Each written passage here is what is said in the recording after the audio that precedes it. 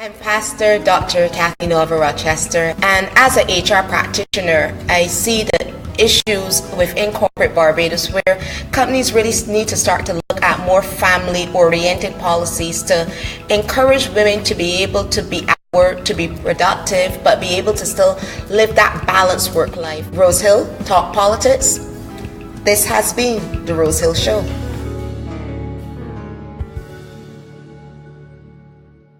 I really enjoyed being on the Rosehill Show. It was interesting. I have learned a lot from my fellow participants tonight, and I am now aware of several things that I probably would not have even thought about previously. As a youngster, it has educated me about how to be a real man within society and how to really raise my family.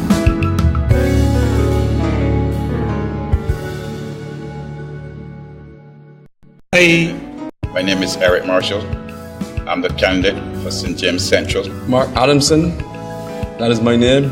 I'm the political leader of the People's Democratic Congress. My reason for politics is for the need of the people.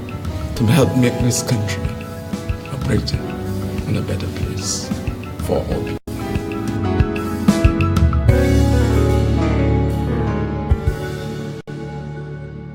Apostle Leroy Scanterbury, and I want to say what a pleasure it was to be here on the Rosehill Show with my good friend Apostle David Coulthrust and the Rosehill team. And I want you to know to call that number that's on the screen and let them know you're interested in being on the Rosehill Show. It's the place to be if you want to reach your target audience and if you want to take your life, your business to the next level.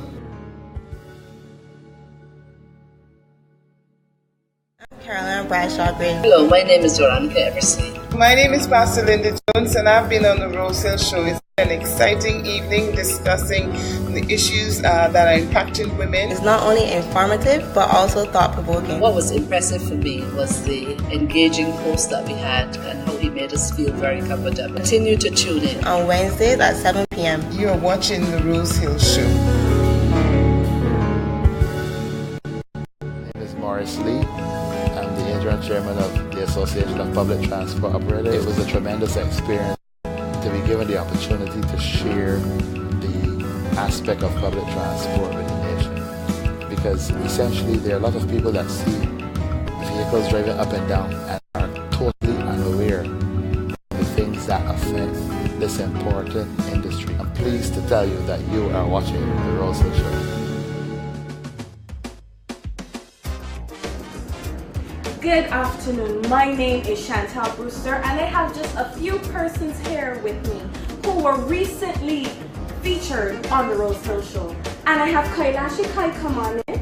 How are you doing, Kai? I am doing great, how are you? I am great. And what do you think about the Rosehill Show? I think the show was actually really great when it was on it. I think it's serving its purpose of giving those persons that don't have a voice, a voice, right? Yes. Being on that show, it was great, man. And how was your experience then, other than great? It was exciting, right? It was exciting.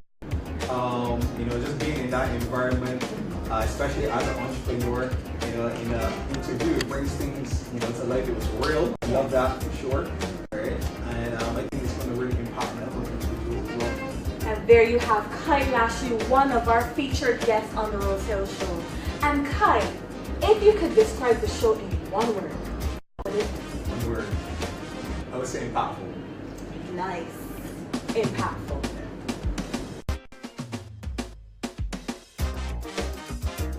Good afternoon, my name is Chantal Brewster and I have just a few persons here with me who have recently been featured on the Rosehill Show.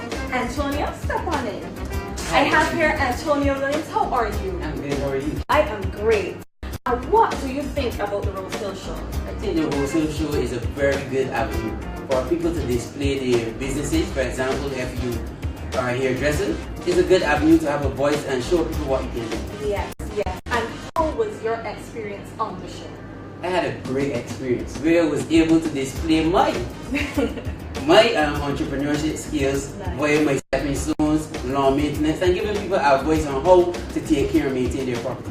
Nice, and there we have Antonia Williams, one of our featured guests on the Rosehill Show. And Antonia, if you could describe the show in one word, what would it be? Now, one word is limited, but I would say that the show is explosive. Explosive.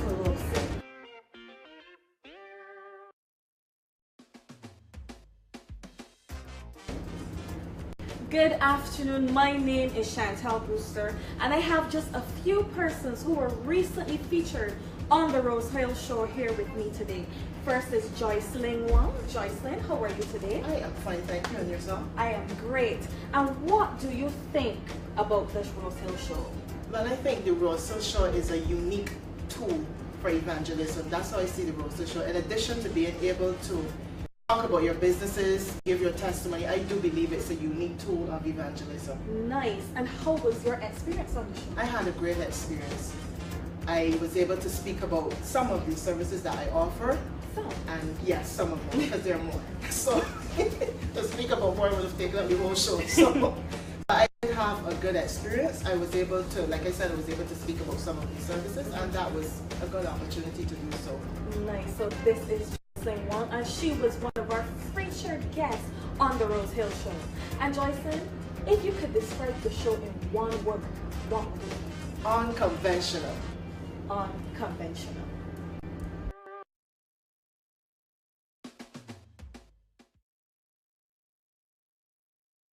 This is Apostle Leroy Scanterbury, and I want to say what a pleasure it was to be here on the Rosehill Show with my good friend Apostle David Coulthrust and the Rosehill team.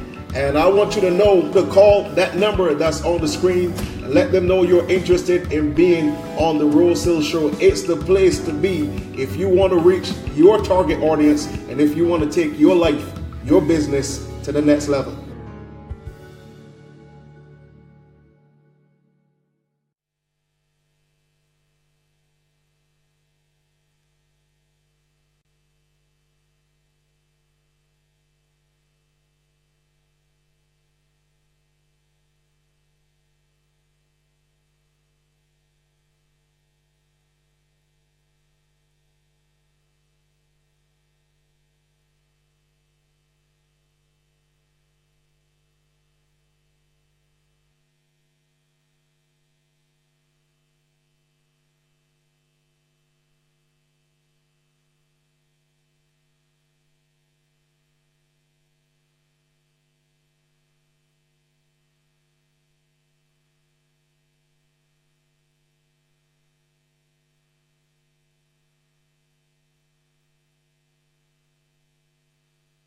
Dr. Kathy Nova Rochester, and as an HR practitioner, I see the issues within corporate Barbados where companies really need to start to look at more family-oriented policies to encourage women to be able to be at work, to be productive, but be able to still live that balanced work life. Rosehill, talk politics. This has been the Rosehill Show.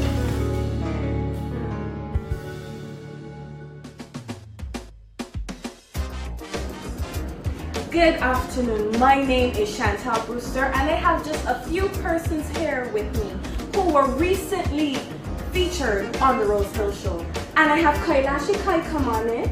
How are you doing, Kai? I am doing great. How are you? I am great. And what do you think about the Rosehill Show? I think the show was actually really great when it was on it. I think it's serving its purpose of giving those persons that don't have a voice, a voice, right? Yeah. Being on that show, it was great, man. And how was your experience then, other than great? It was exciting, right? It was exciting. Just being in that environment, especially as an entrepreneur, in an interview, it brings things, to life. It was real. I love that for sure, right? And I think it's going to really impact me as well. And there you have Kailashi, one of our featured guests on the Rosehill Show. And Kai, if you could describe the show in one word, what would it be? One word. I would say impactful. Nice. Impactful.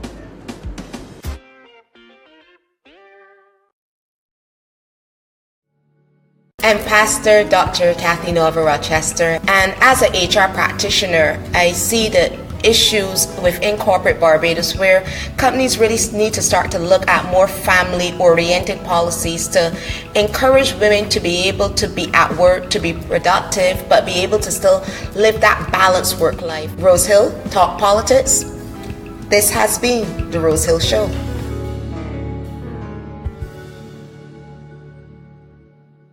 And Pastor Dr. Good afternoon, my name is Sandra Husbands, and I have just a few persons who were recently featured on the Rosehill Show here with me today. First is Joycelyn Wong. Joycelyn, how are you today? I am fine, thank you, and yourself? I am great. And what do you think about this Rosehill Show?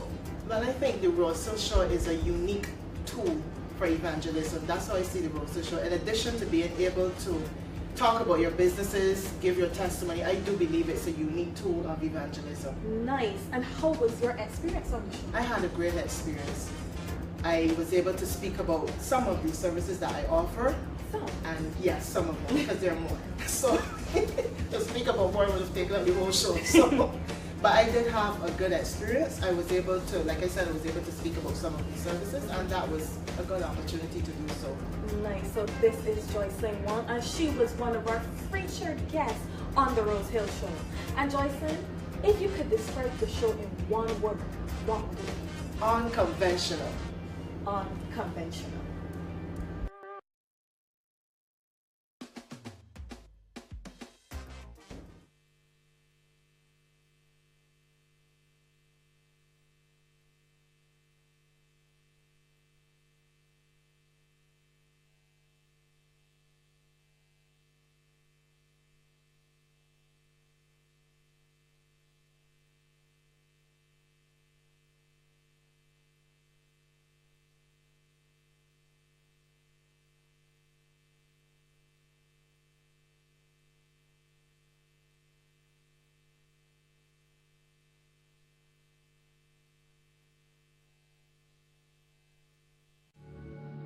My name is Maurice Lee. I'm the interim chairman of the Association of Public Transport Operators. It was a tremendous experience to be given the opportunity to share the aspect of public transport with the nation. Because essentially there are a lot of people that see vehicles driving up and down and are totally unaware of the things that affect this important industry. I'm pleased to tell you that you are watching the Rosehill Show.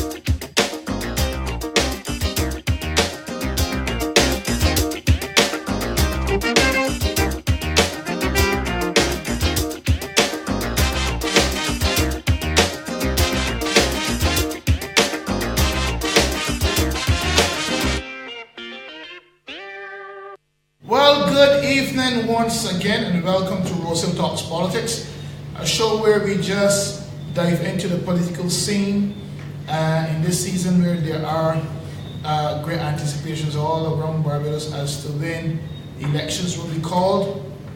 And you know, some amazing things have been happening over the last couple of weeks. The main topic was Natalie Harewood coming into politics, an ex-prostitute, and throwing her name in the ring and certainly working hard. Saw her pounding the pavement in Bridgetown today, looking very, very, very, very busy and making sure that she connects with her people as politicians should. Well, if you thought that that was amazing and interesting news coming out today, another political party, whether it is a joke or very serious, seems to be a very serious announcement. We have the Political Prostitutes Party that has been announced. What an interesting name for a party, a political party. And, you know, I don't know where that is going to go, but it is certainly an interesting season that we have at hand. So, I am looking forward to possibly on the Rosehill show, maybe interviewing some members from the PPP and seeing what their vision is for Barbados as we go forward. I do not know who else may join the fray of politics. Maybe we will have some other individuals joining. But hey, certainly we are having an unprecedented number of candidates coming forth. I don't even know if you're going to be able to really put all of them on our chart when we begin to do election coverage. And as a matter of fact, we will be covering elections comprehensively on that day. So please remember that on that day, Rosehill is going to be partnering with some other individuals to really bring election coverage, comprehensive, unbiased election coverage on that day, and it is going to be amazing. It's going to be fun. It's going to be dynamic, highly analytical number of experts we're going to be having tuning in. So you want to listen to that. It's going to be the best coverage that Barbados has ever seen, unprecedented and historical. However, we're not here to just talk about that tonight. What we are going to be talking about is Barbados, all the things that are happening in Barbados, and we have two amazing people that we're going to be talking to. Mr. Kerrie Symmonds and Sandra Husbands. Mr. Kerrie Symmonds from St. James Central and Miss Sandra Husbands from St. James South. And they are certainly not new to the game of politics. And we're going to be talking to them, hearing their heart on the issues of the nation. So in a couple of seconds, when we come right back, we'll be talking to these two amazing people who have decided that they're going to serve the public of Barbados. So stay tuned. And we're going to be hearing from Kerrie Symmonds and Sandra Husbands in a couple of minutes. Okay? So stay tuned. Good afternoon. My name is Chantal Brewster, and I have just a few persons here with me who have recently been featured on the Rosehill show. Antonio, step on in. I have here Antonio Williams. How are you? I'm good. How are you? I am great. What do you think about the Rosehill show? I think the Rosehill show is a very good avenue for people to display their businesses. For example, if you are hairdresser, it's a good avenue to have a voice and show people what you can do. Yes, yes. And how was your experience on the show? I had a great experience where I was able to display my entrepreneurship skills, via my stepping stones, lawn maintenance, and giving people a voice on how to take care and maintain their property. Nice, and there we have Antonia Williams, one of our featured guests on the Rosehill show. And Antonia, if you could describe the show in one word, what would it be? The one word is limited, but I would say that the show is explosive. Explosive. Welcome back to Rosehill Talks Politics, and we have here Kerrie Symmonds and Sandra Husbands all in the same place. This was a difficult feat. I hope you guys have your party color cups. Is that you have your red cups? Yes. This is not perfect. This is not party affiliation. Every time I have other political parties here, I have to tell them this, that I chose Rosehill because my mother loves flowers, and this is one the color of roses. Because they accuse me of different things. So in Barbados you can't be neutral. Understood. You understand? What a sad thing. Yes, you can't be neutral. So it is kind of difficult to pin you guys down because it's supposed to be election season. But we'll talk about that in a couple of minutes. So how has the campaign been going? So far so good, I think. Yeah. And let me begin by congratulating you on this initiative. Thank you.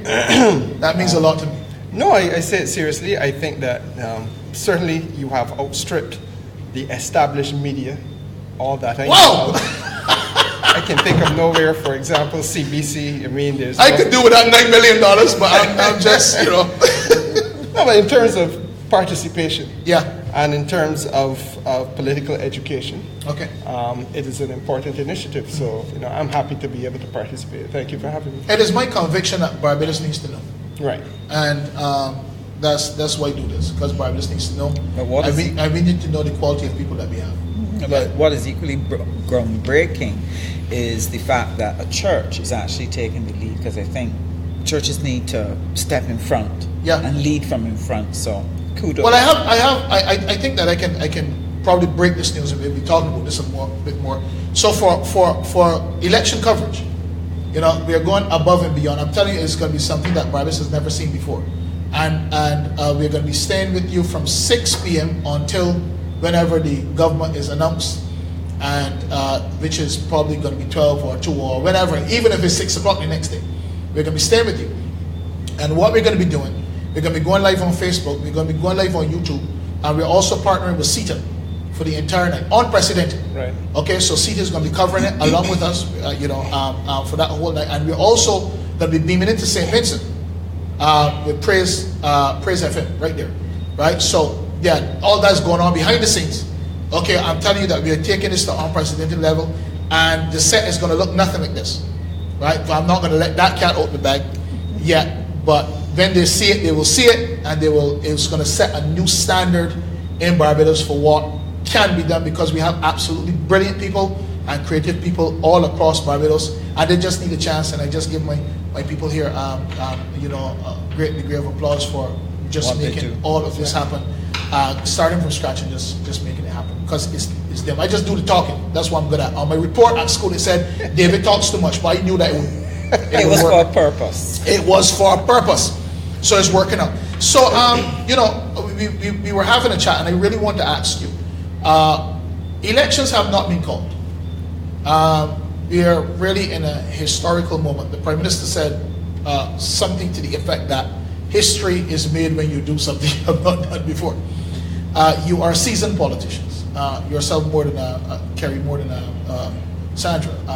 Do you have concerns about the fact that the elections have not been called? If so, what are those concerns? Well, I have a concern, and the concern is that the country is in a very difficult financial situation. Okay. And the country is also in a very difficult social situation. And I think that we are just marking time at the stage when we can least afford to do it. Okay.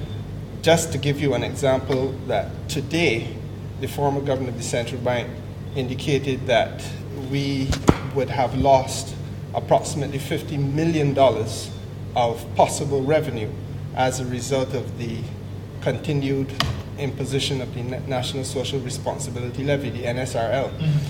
Mm-hmm. That has been an issue that the Barbados Labour Party has had some difficulties with from its inception. Mm-hmm. And we made that very clear. In fact, we've been saying that we would remove the NSRL. Now that you have the former governor of the central bank, who would have been a major author of all of the government's financial program, coming out and making the confession and concession that, look, this thing was a mistake. I think he went that far as to say so. And that this thing is now costing Barbados more than has helped Barbados. Okay. And we're at a stage of $50 million lost. Is this actually causing the strangulation of economic activity? Right. That's right. The suppression and strangulation of economic activity. Mm-hmm. And he estimates the cost of that to be in the vicinity of $50 million. And that would be 50 million Barbados. That's correct. Okay. And therefore you begin to see the danger of us just continuing to spin top in mud and not do anything decisive. And you can't really get down to removal of the NSRL or dealing with any of the other fundamentals that we have to deal with, the social mayhem taking place in our schools and so on. You need to have policy intervention. Parliament must be working, and policies must be being implemented in order to try to save us from what could be possible disaster. To add to that, you have the situation where potential investors, looking at the performance of the economy, looking at the credit rating, they're going to hesitate to bring investment here. If you do not bring investment capital into Barbados, you will not get the formation of businesses that will allow for the creation of jobs for the young. that will allow for absorbing people who have been displaced because of the economic problems. So what happens in a person's life is if they can't get a job, their home situation continues to deteriorate till you reach a point where maybe you're put out if you're renting, or you lose your home, the bank takes it back over.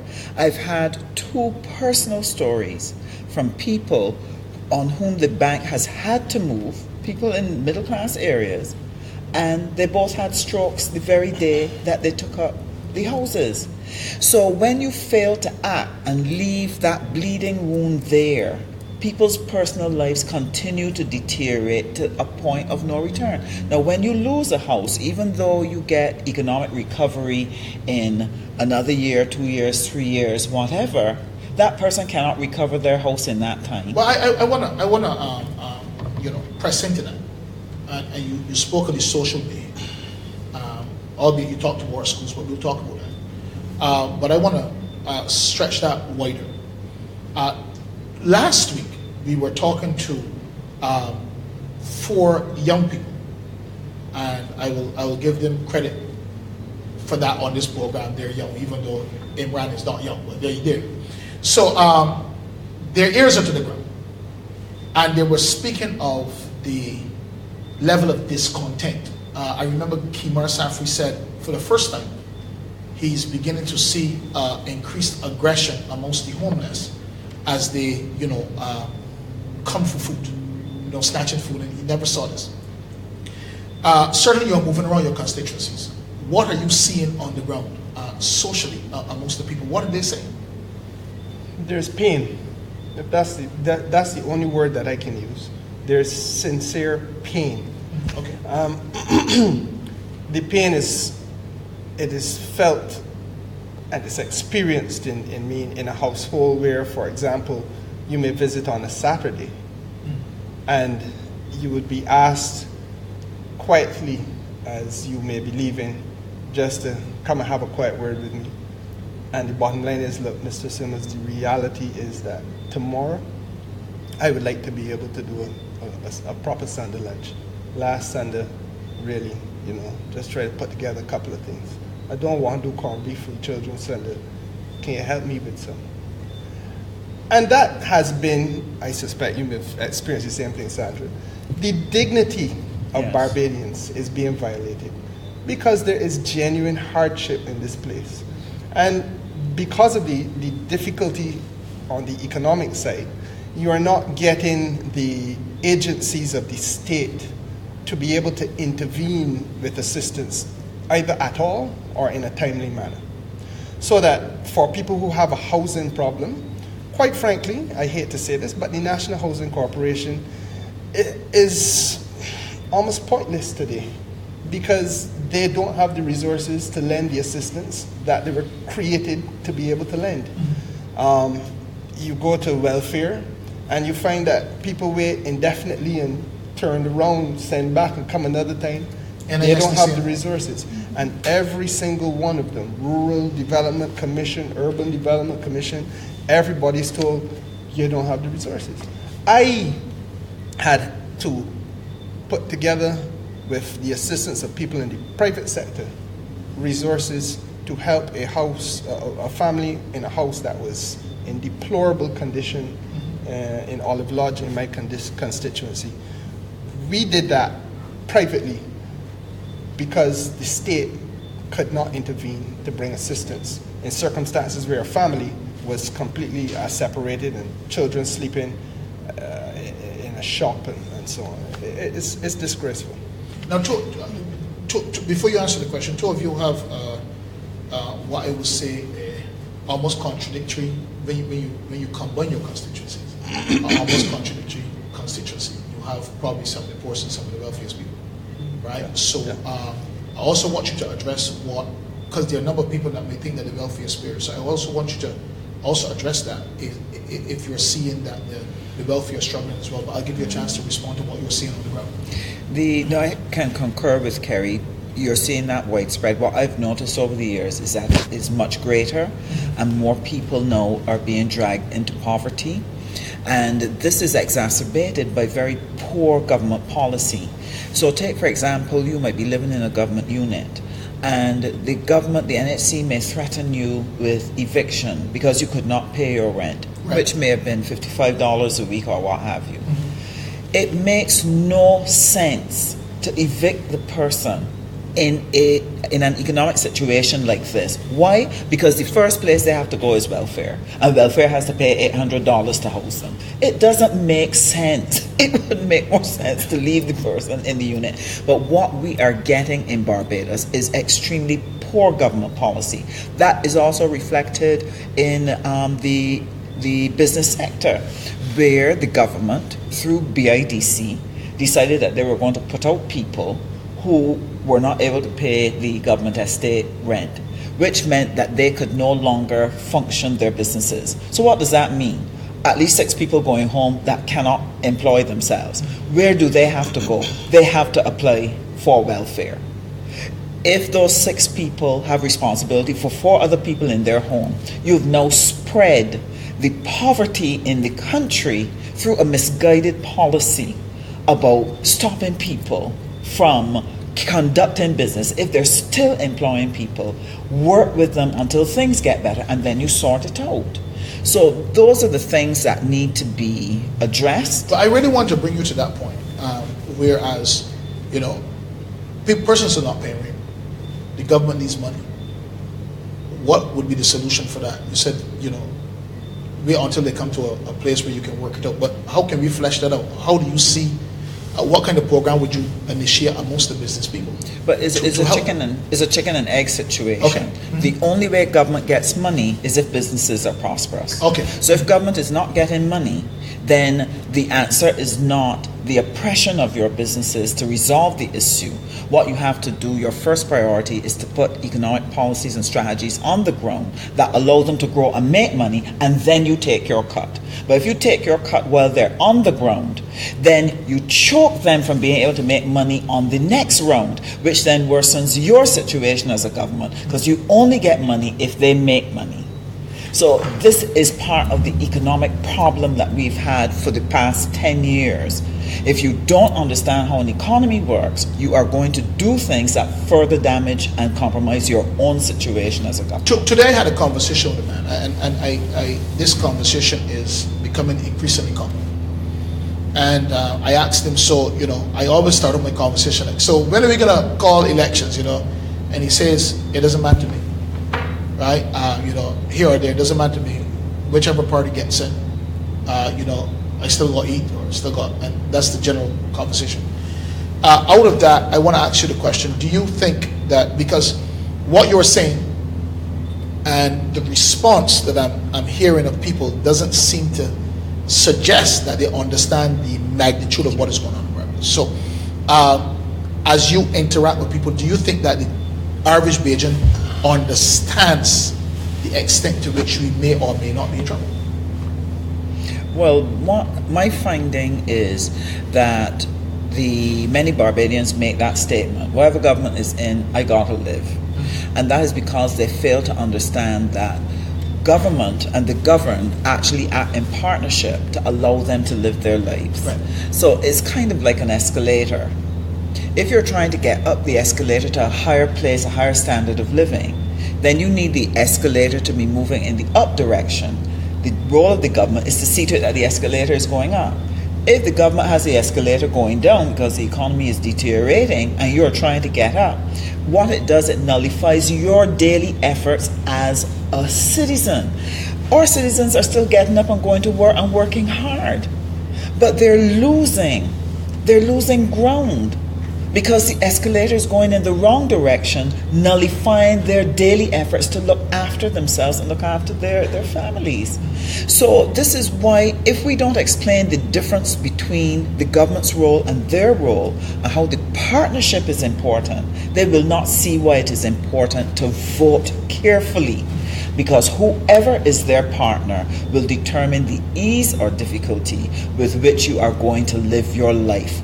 This election is going to be about your life, and people need to understand it. But I think, Kerrie, I don't know what you think, but I think we probably need to do a better job of explaining that to people, so people don't see politicians as just there to give handouts and help fix this or help fix that, but our job is to make sure the platform works really well so that everybody can participate and live their best. Kerrie, what's your experience in this manner of people being fully understanding what is going on in Barbados? I think that there's been a failure to get people on board. And I think that's perhaps the most tragic part of this story, when it has to be told by someone who will write the history of this period. And the most tragic part of it is that we have failed as a country to bring Barbadians to a common understanding that this is the reality of the situation. Make that clear. These are the set programs or policies that will take us out of this situation. You make that clear, and therefore you proceed on how best you can achieve that. What I think has happened is that you are beginning to see a lot of people who are basically signing off mentally. Right. They become alienated from the process mentally. They physically distance themselves from it by saying, look, whoever is in, I got to survive, so I'm kind of tired hearing about all of that now. Why do they say this? Not because they don't care about Barbados, David. Not because they don't want their families to do well. Before this situation, they were wanting their families to do well. Before this situation, they were proud Barbadians. So I don't think that is the issue. The issue really is we have not walked the country through the crisis. What we have done is that we have allowed a few people in Barbados, at a time when the majority was going through a period, or is going through a period of crisis.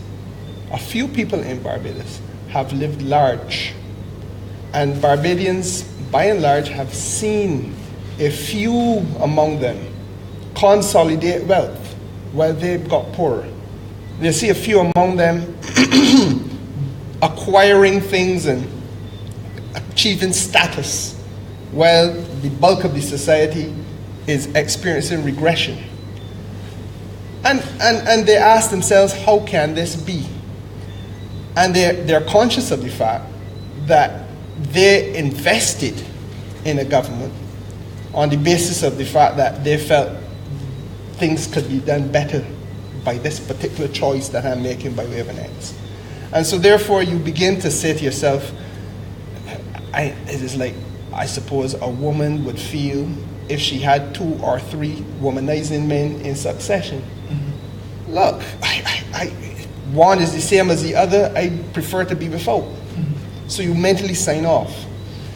What we have to do, if we are fortunate enough to win the reins of government and win the confidence of the people, we have to govern in such a way that we fundamentally transform the way people see politics and how they see the participation in politics. We have to get people to understand and to recognize that they can play a role in shaping policy, play a role in doing all the things that need to be done, and that it goes far beyond just putting an X in a ballot box. Right. And that is where, I'm going to give you a classic example, a very simple thing that the Labour Party intends to do and make a first priority if we are successful. This thing called constituency councils must more seriously now come to resemble a local government. Oh, we're going to talk about that in the second segment for sure. You've just, turned on a bulb for me. Okay. Go on. No, because there must be an opportunity, not for a minister sitting 5 miles away from my constituency to determine who is going to be on the constituency council. Right. So it could be his friend, his girlfriend friend. But having no relevance to the constituency. Right. Some of them don't even live in the constituency necessarily. Right. But then you the constituent, don't have the right to go and put an X to say, I see Pastor David. I see him working night and day in this community.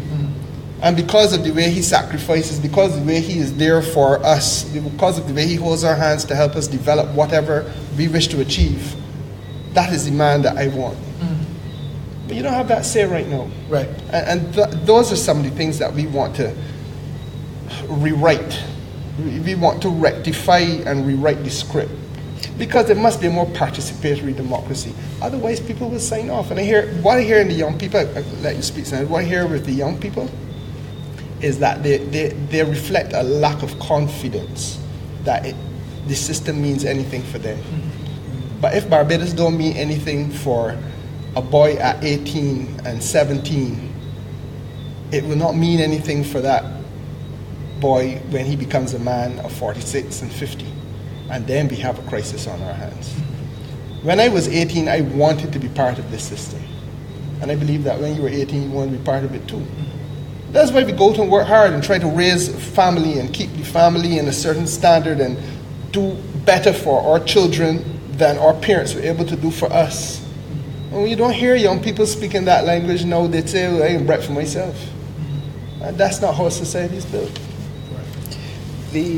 What I'm hearing among young people, yes, you have the feeling of disconnect, and some have decided they don't want to have anything to do with it because as far as they can see, the system doesn't work. But then there are another set of young people who are extremely militant.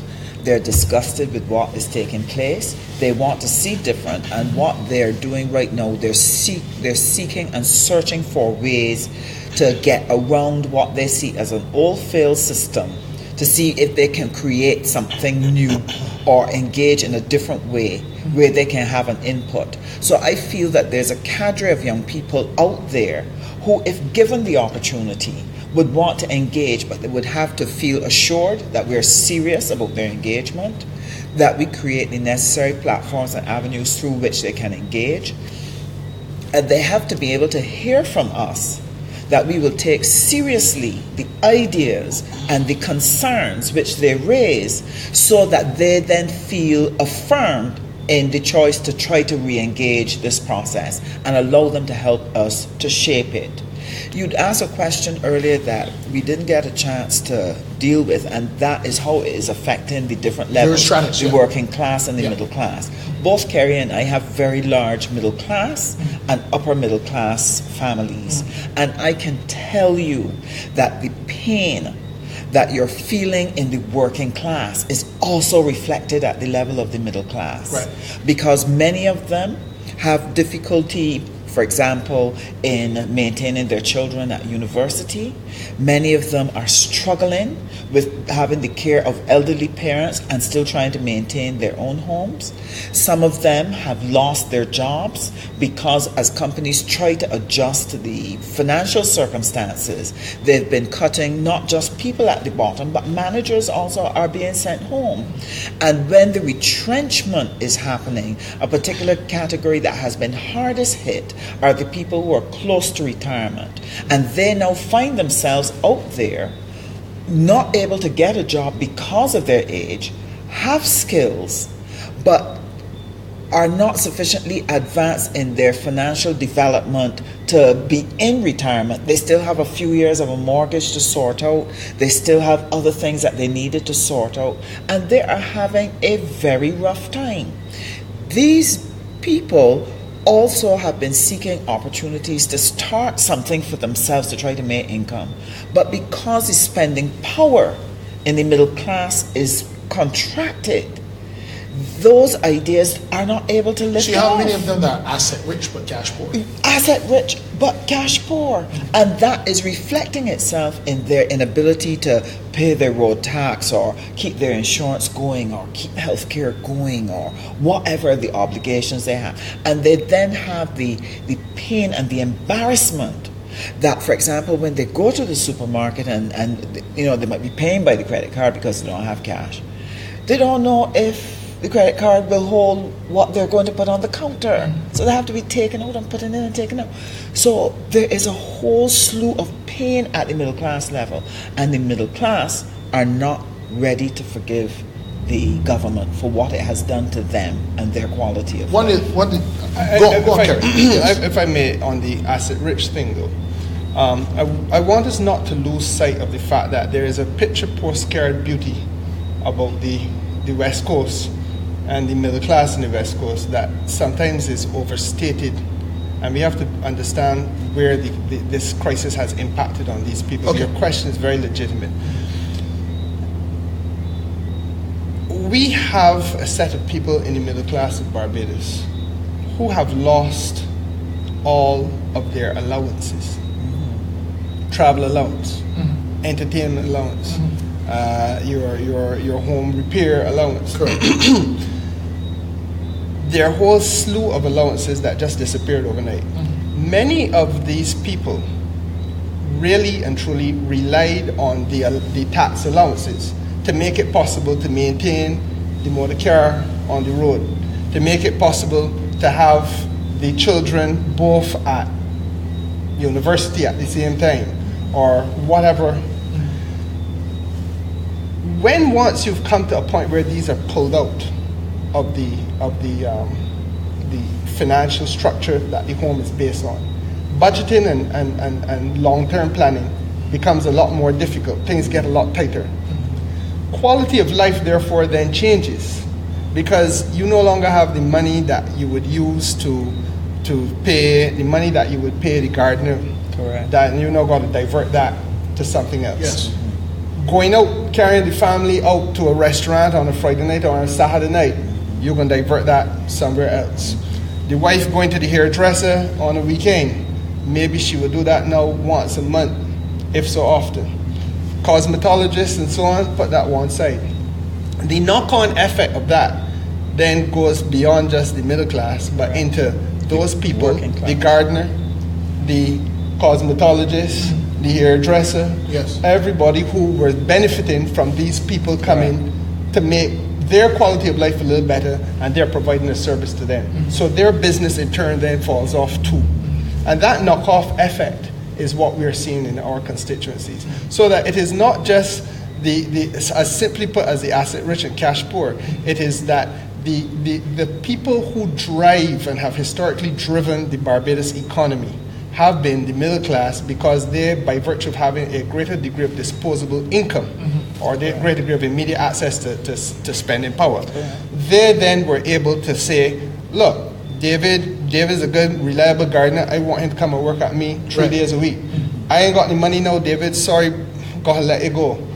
And that knock-on effect is where you're now finding it in other families as well. You with me? And at the same time, I can take you on a walk through Prior Park and Appleby Gardens and so on. And you're beginning to see the signs now of the genteel poverty creeping. Yes. When a house that may have been an investment of $500,000, some instances $1 million, but it hasn't been painted for the last 10 years. The eaves, the wooden eaves and so on, are becoming rotten and so on. The roof is in obvious state of disrepair. And you realize that an investment that should have driven the upward mobility of that group of people living under the roof, now all of a sudden is a burden that they're struggling to carry. And that really represents a sense of loss of hope and helplessness. And to compound that, a lot of their adult children have now had to come back home to live. Absolutely. Because they've not been able to either get the job after university, or they were not able to maintain it because of the economic situation. And so those adult children now have had to return home, and that parent now finds themselves having to help support that adult child, as well as look after an aging parent who may be suffering with dementia or Alzheimer's. It is really, really tough in the middle class. And when, as Kerrie rightly pointed out, when the middle class cannot spend, it hurts the working class. But the working class used to use that business as a conduit to get into the lower middle class.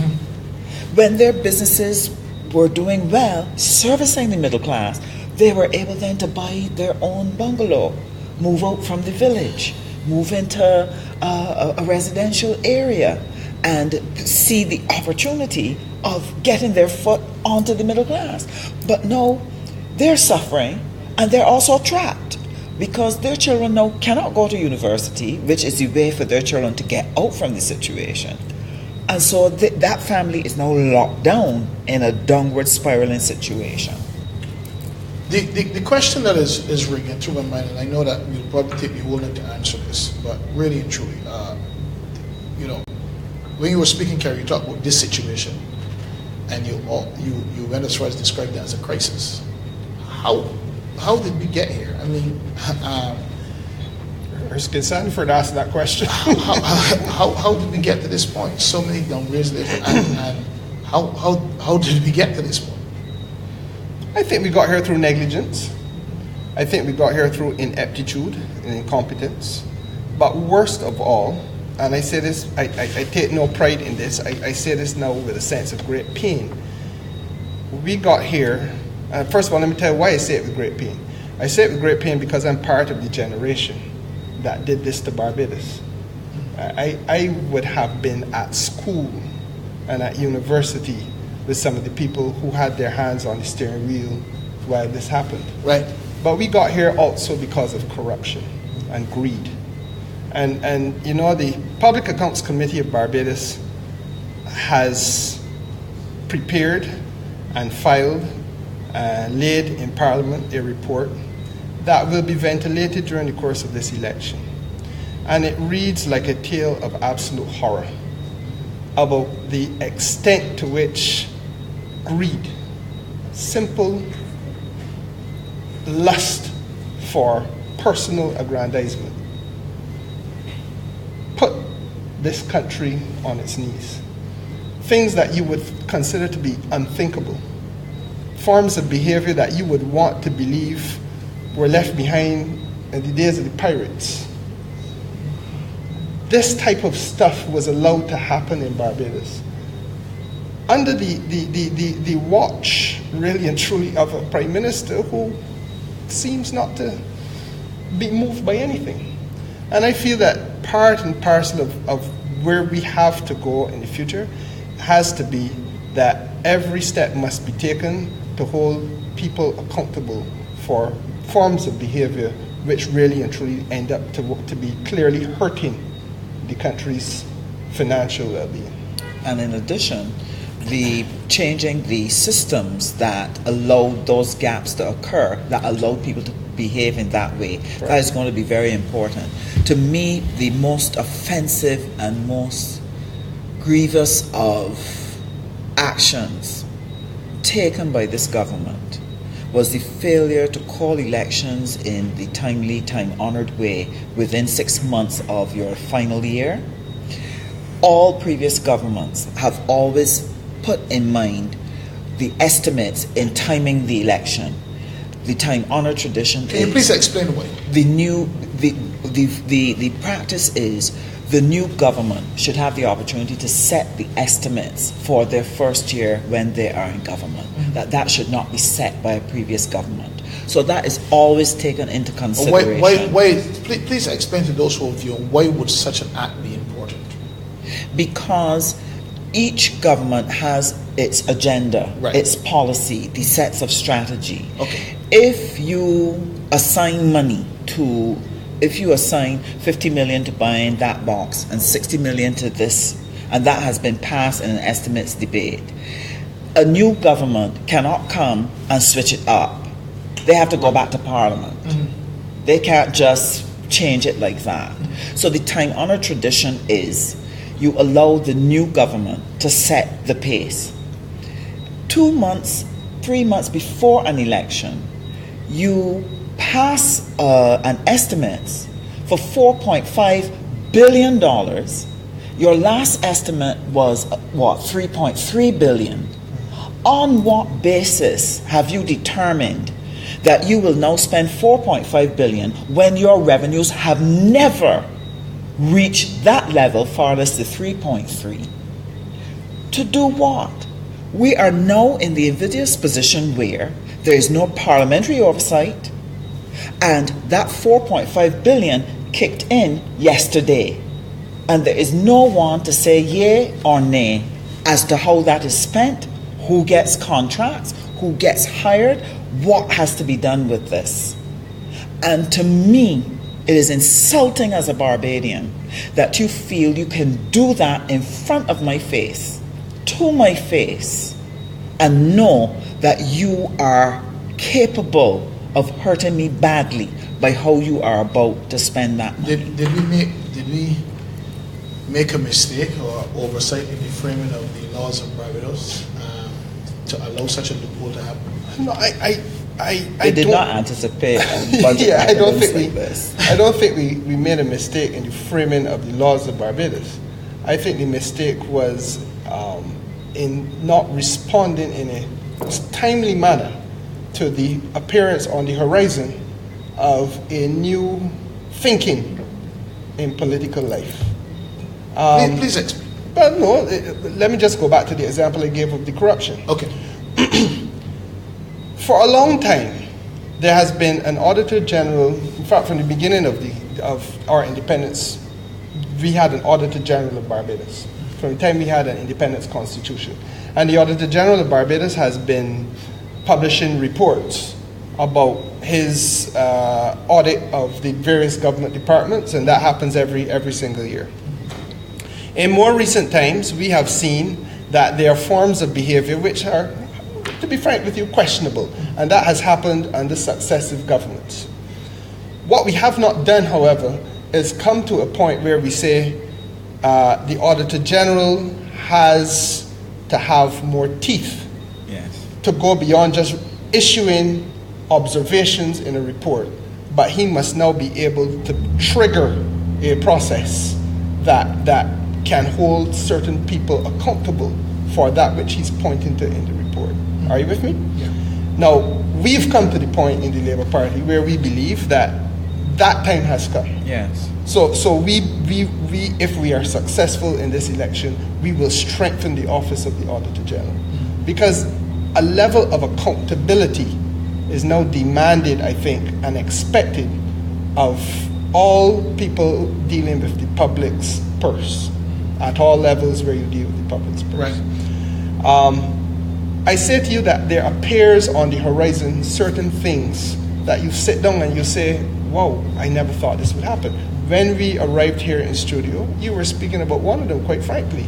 The appearance on the horizon of a political party that is founded on the basis of prostitution and adult entertainment. Yeah. Now, I don't want to make any comment about that, because I know that we live in a democracy, and as far as I'm concerned, all of us as Barbadians must be entitled to participate. One of the good things about a democracy, however, is that all of us as Barbadians are also entitled to exercise our good judgment and our sense of value. What I believe we have to do with respect to the crisis that I am talking about before us today is not to be sidetracked by every circus that appears on the horizon, but to remain focused on the issues that are burning and at the very epicenter of the problem that we're being asked to deal with. Sandra is quite right. When Parliament met for the discussion of the estimates, and we are faced with a situation where the spending power of government is increasing, or government increases its spending power by, what, how much was it? How much of $1 million it was? You ask yourself, well, what could this be about, and how is this justified in the context of a pending election? Parliament met for the estimates in March. We could not have anticipated in March that with an economy as bad as Barbados's is, that the need for Barbados to be put on the front burner would have been pushed one side. The need for Barbados to have serious economic solutions being discussed and debated would have been pushed one side, but that you would put the survival of the government's political interests at the front of the country's concern. So that right now we are in the month of April, and there's no election announced, and government is free to spend as much as it cares to of the money that it budgeted for itself in March, and there's no accountability to that. Now again, these things, I think clearly there's an oversight or a lacuna, a loophole in the law. These things have to be addressed, because it must never be allowed to happen again.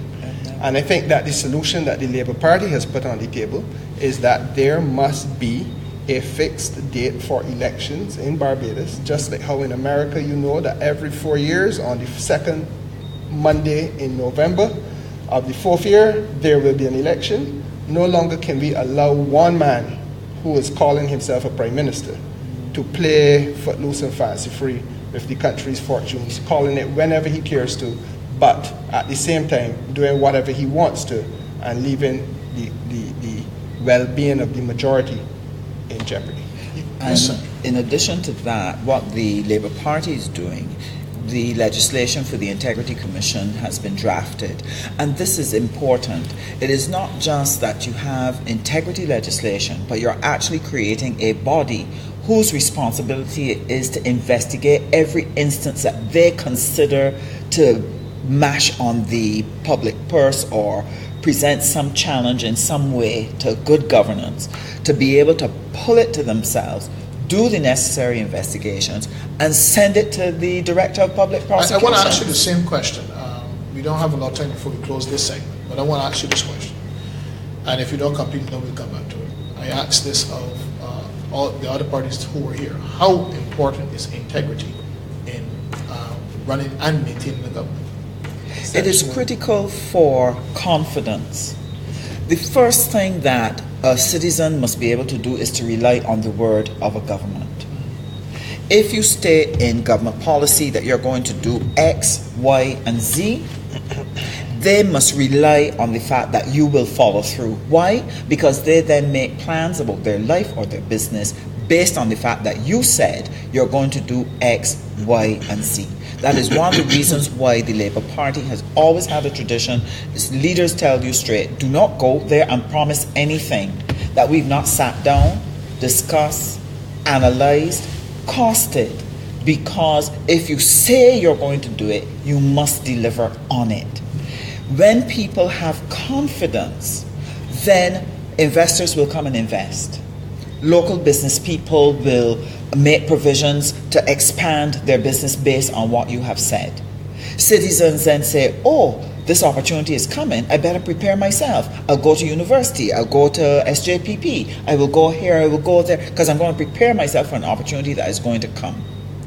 So integrity helps to build confidence in the system so that citizens can go about their legitimate business knowing that the system will work consistently based on how it has projected itself. That's the only way we remain secure in our homes. That is how we have confidence when we go to the hospital, when we engage in the justice system, when we go for planning permission. You need to have that integrity in everything that you're doing so that citizens can with confidence go about living their lives. Anytime that confidence is broken and citizens do not engage, the economy is going to tank, and once the economy tanks, the society is going to be in trouble. For me, the integrity issue is fundamental because of those things that Sandra has said, but in addition to that, it is fundamental because there is no way that government can work in this era without there being a check and balance on the people who have authority. There must be a way of reining in the excesses of those people who have been invested with tremendous power in your country.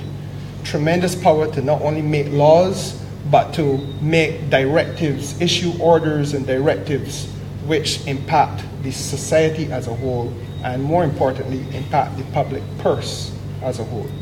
There is nowhere in the civilized world today that you will find a set of circumstances which do not act as a check and balance on the political authorities. If you go to Europe, the need for you to declare your personal finances as you go into office exists. If you go to the United States of America, you have to declare your personal finances when you go into office. So too in Barbados must we be prepared to declare what the status is of our personal finances. But I'm going to stop you right there. We're going to come right back to that. Declaring the status of your personal finances. You are watching Rosehill Talks Politics with Sandra Husbands and Kerrie Symmonds, and we will be right back. This is an interesting discussion. Hey, listen, share the video, share the video, share the video. Get everybody in Barbados watching. Also, those outside of Barbados, it's very important that you hear from these two individuals who are vying for office.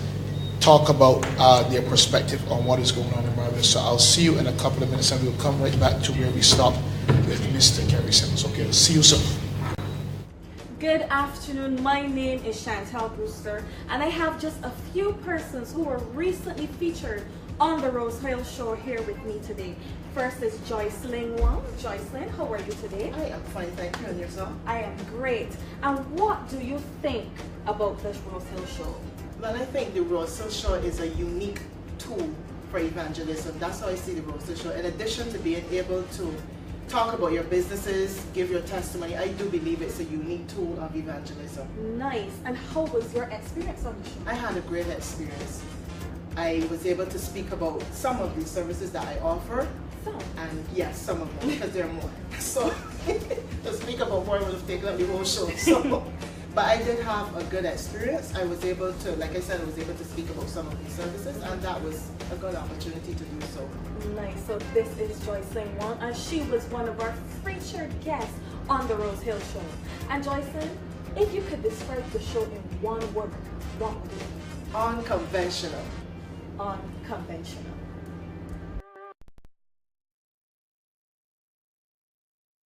This is Apostle Leroy Scanderbury, and I want to say what a pleasure it was to be here on the Rosehill show with my good friend Apostle David Coulthrust and the Rosehill team.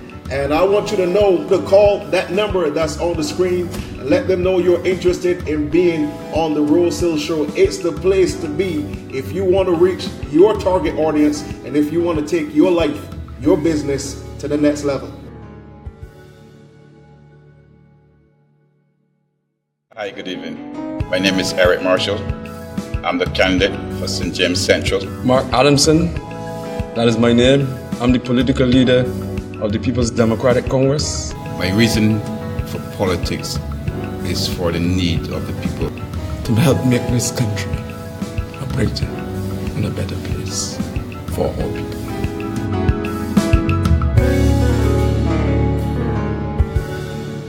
Well, we are right back with Sandra Husbands and Kerrie Symmonds and having a very informative discussion about a slew of things in Barbados, and I want to pick up from where you left off. Go right ahead. No, I was saying, David, that I think that integrity is exceptionally important. Yes. For the reason that you need to have a check on the excesses, potential excesses, and extravagance and behaviors of the people who are vested with authority. And I was also making the point that right around the world now, this is something that is expected. It's no longer just talked about. And I use Europe, I use Canada, I use North America as instances where one of the first things you do is you have to declare your personal income. Not just because you don't want people to, not because you want people to be, as we would say, malicious in anybody's business, but you must be able to have an authority to whom your status, financial status, is declared. Because when once you go into public office, carrying the robes of the humble pauper, but with a full heart, but then you in public office suddenly appear to be wearing the garb of the multimillionaire and driving the most expensive luxury vehicles and living the most expensive and opulent upper class life. As we say, you can hide and buy land, but you can't hide and work it. You know, so there needs to be a way in which the public then can hold people who go through this miraculous transformation accountable. Yes. So closely linked to integrity, as far as we're concerned, is the issue of accountability in public office. The other thing is that the integrity aspect of it has also to be seen in the transparency of your policies. Right.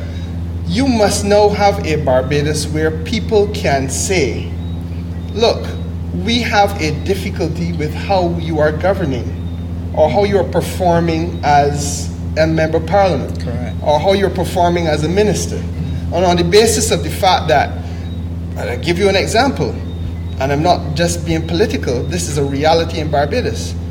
We have an individual who holds office in the Parliament of Barbados, or held office in the Parliament of Barbados, because Parliament has now come to an end, but who was at the same time as he held office before the courts for offenses which were dealt with the issue of honesty. And the question therefore then becomes, does the public have a right to say, look, are you the best fit person, not because we can make a decision on your guilt or innocence, but as long as this blemish hangs over you, and until you are able to clear your name, your good name, and we believe you have a good name, but the office must be more important than you. So are you the most correct and proper person to be holding the office?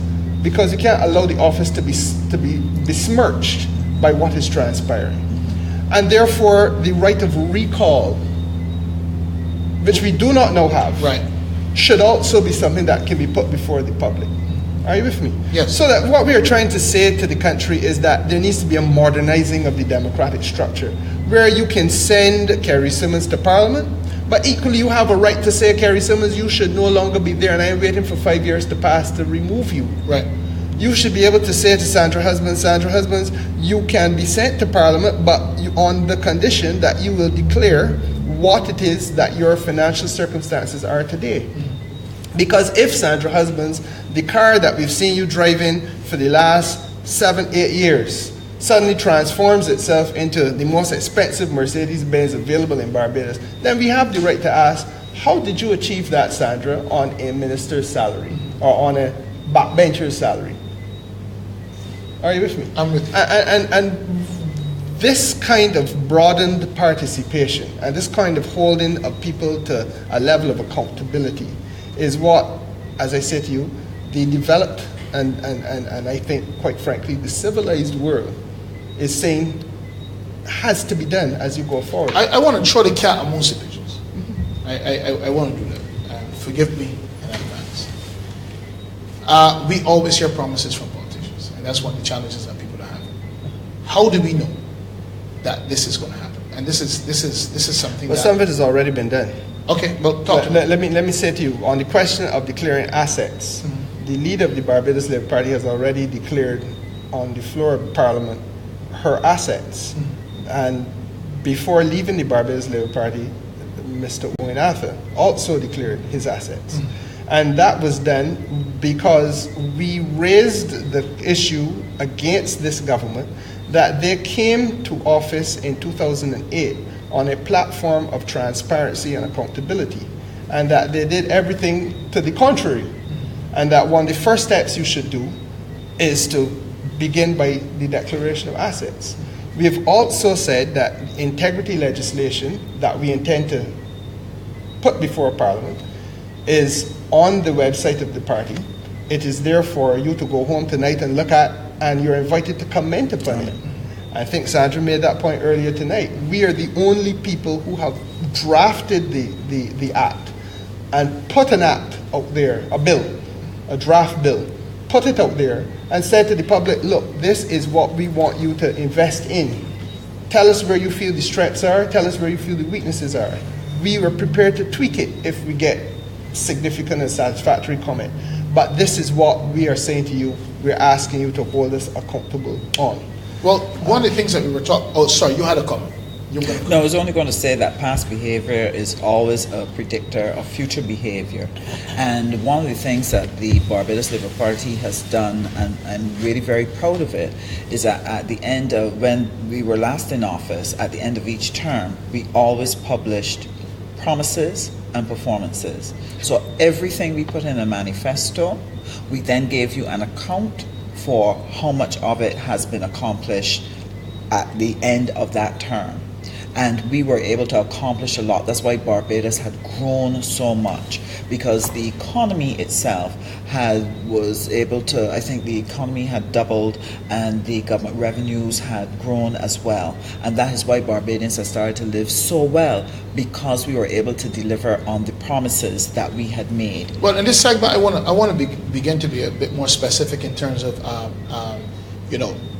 industries and those type of things that are clearly challenged in Barbados. So one of the things that, one of my personal pet peeves, so one of my personal areas because of my training is health. And I want to talk about health and justice and talk about tourism and those type of things. We have a health, sector in Barbados that's on the stream. As you go through, drugs are becoming increasingly unavailable. We were talking about that at some point in time. I don't think that this is something that persons are fully aware of. A lot of things are becoming increasingly unavailable. Again, I want to hear your perspective. You have been around for a while in politics. You live in Barbados. Okay, are you seeing a challenge with our current health system? And if so, how can we fix those challenges or improve our health system? One of the main challenges that we've experienced is the government's inability to provide health care and the delivery of healthcare services, quality healthcare services to the population. And it has manifested itself, for example, in my constituency. You would have people who would go to the polyclinic, they would get a prescription. When they go to get it filled, the medication is not there. And then they may have to go and buy it. But the cost of the medication, no, is extremely high. Why? Because of the way in which the National Drug Service was reformed, where the drugs were taken off the formulary, so then it attracted the duty. And that duty could push an item that was $25 to the government up to $65 for the citizen, because you put a whole set of duty on it. That's correct. So now the citizen cannot afford that $65 medication and therefore seeks to do without it.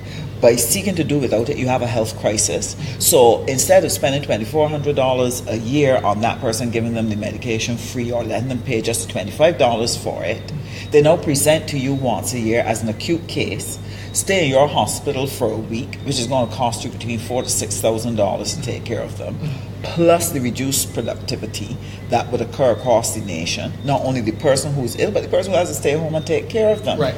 So if you don't understand health economics, then you will not understand why you need to protect the provision of proper health services. Now, you hear people talking glibly about people should start to pay for their health services, and people should start to pay for this, and they should start to pay for that. That sounds well and good. The normal way that would happen is if your economic growth continues, then what would happen is that people will self-graduate. There's no person with money that chooses to go and sit at a polyclinic. There's no person who has means decides that they're going to go to the pharmacy to get something free.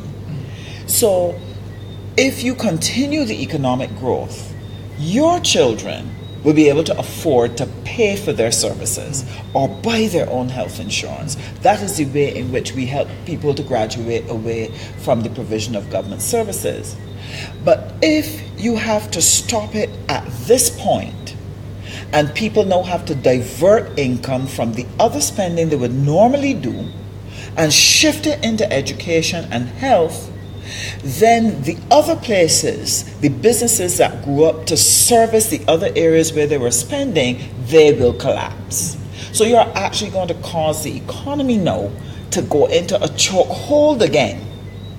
So to me, the key is we have to develop strategies that will give us the economic growth that will help us to continue to work towards a place where people can self-graduate and where people can be empowered to develop their own health insurance plans, get into wellness stuff. We need the education, for example, to help us deal with the non-communicable diseases. That's a whole educational process that must be taken into consideration.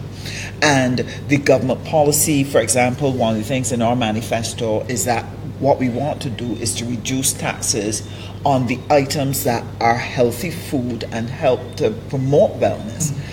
These are the things we have to do. Yes. I share what Sandra said. I would want to say that the prevention issue is also, in my view, exceptionally important. Right. I want to use that as a point of departure because the second point I want to make to you is as we go forward, we have to think about the issue of data. But before we go to that, let me just say on the prevention issue. I think Barbados has to realize that chronic non-communicable diseases, the diabetes, the high blood pressure, etc., those are the ones which are at the core of many of the difficulties that are now causing congestion at the Queen Elizabeth Hospital, causing loss of life, sometimes exceptionally early, and in cutting off people in their productive years. which in turn means it's a problem for the country, and it's also a problem for families, because if you are a relatively young father or a relatively young mother, but you are no longer able to be a breadwinner, but you have now become a dependent because of a loss of a limb or loss of eyesight or whatever as a result of a chronic non-communicable disease, then that too is something that the count on diabetes alone is over 40,000. Precisely. So forth. So we have to deal with those things, and I think the time has come where serious inducements must be made. I take Sandra's point on education, but we must also now understand that this is part of the fiscal process. The state must now be able to dangle the carrot and where necessary use the big stick in order to make Barbadians walk a path of responsibility at a personal level. Okay. You with me? I may feel I may feel that I should probably have free reign to eat whatever I feel like eating and don't exercise when the day comes. Right. But the point is that if there is, and let me just give you an example in the Caribbean. In St. Kitts, the current government has now invested in putting some gym-type equipment in several of the villages around the island. This is not for the government to own and operate a gym, but this is simply to say that in the public spaces like parks and playing fields and so on, we want to make sure that you have an opportunity to do a greater degree of exercise. And you're trying to get the whole community to buy into that. In other places where people have said, look, New York is one of those places where they've said, look, these fast food restaurants that selling drinks above sweet drinks above a certain size, well, if it is above 7 or 8 ounces, then you will have to pay a tax on that type of drink, because the more you encourage young people to be consuming that, the more problematic this situation becomes. Equally, as Sandra is saying, we're also very clear that we must remove the tax burden on foods which are healthy foods. So I think that the problem is in Barbados that we have not had a serious conversation about the preventative way forward, so as to avoid having to have people hospitalized and sent to treatment, etc., etc. And you save a lot of money. Prevention is better than cure. One of the major issues that we will have, no matter what program that we initiate, is funding. Funding healthcare is a major cost. What are some of the innovative ways that we can look at funding healthcare? We certainly cannot continue to fund it as it has been funded traditionally, because I think that's what has gotten us in this position. But are there some innovative ways on the horizon? I think that we have expose everything. Yeah, I think that we have to, as part of the national conversation, right? And that's the language President Obama used to use, the national conversation. As part of the national conversation, we're going to have the insurance companies sit at the table. And we're going to have, and perhaps it may need to be done at a regional level as well. Okay. But you're going to have to try to get to a point where Barbadians can all access at reasonable rates health insurance. Now, I know that in a difficult economic circumstance where you have lost allowances and the economy is going down the tank and the cost of living is going up at the same time, it is very difficult then to turn around and say to a person who might be on the cusp of unemployment or already unemployed, oh, well, you got to pay for some health insurance too. And it may well be that the state might have to partner with people who are in that exceptionally vulnerable position. But we have to come to a point where philosophically we understand the importance of health insurance. Should there be a health tax? Should there be should there be a health tax? I'm not necessarily thinking that there should be a health tax. Okay. I think that you can do this without having to have an additional tax. Because I think you begin with a certain amount of awareness and as I said, personal accountability. For me, I think that the conversation must therefore be that as much as I like macaroni pie, and I do, I kid you not when I say to you that macaroni pie crosses my lips perhaps once every 4 months. the reason why that happens is because I have had to experience firsthand the loss of a mother due to a stroke, who herself, I think, may have ingested far too much macaroni pie and led to the situation that ultimately caused her life. But the reality is that in talking to the doctors who were looking after her and understanding the cost of that which her treatment was going to have to be about, I came to understand, and I mean, and I'm very serious with you here, if you have to pay, suppose you have a heart attack, you have to pay for a stent to be put in your heart as a result of an angiogram process, and you had to pay out of your pocket, you'll be paying $50,000, yes. $40,000 to $50,000. That's a fact. And therefore, we need now to get people to say, look, let me try to take the steps that I can take before that time comes to prevent that. You were going to say something else. Well, what I was thinking of is that what you need would be a package that has several different layers of approaches if you're going to manage the whole issue of the healthcare.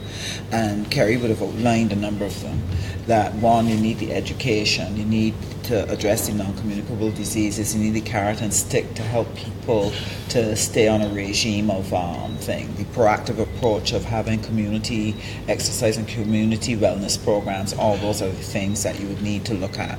One of the things that was tossed around when we were looking at this back when we were in office was the idea of taking part, for example, of the NIS and creating like a health fund to be able to deal with that. But they would have to look at the current state of the NIS, because as you know, that has been put under a great deal of pressure to see if something like that would still be feasible in addressing the issue of healthcare. The other area would be the area of the cost of drugs, where we were discussing at one point the idea of manufacturing the generic drugs here in the region so that you can help to produce a quality drug, but you provide it at a reasonable cost, which will help to reduce your healthcare costs. So there are a multiplicity of approaches that would have to come together to fully address the issue of healthcare. And I really want... Just one last point. It cannot and will not be solved by a government just jumping up one day and saying, oh, by the way, you're going to have to pay for health services because we can't carry it anymore. Because what will happen is that people then will get sicker.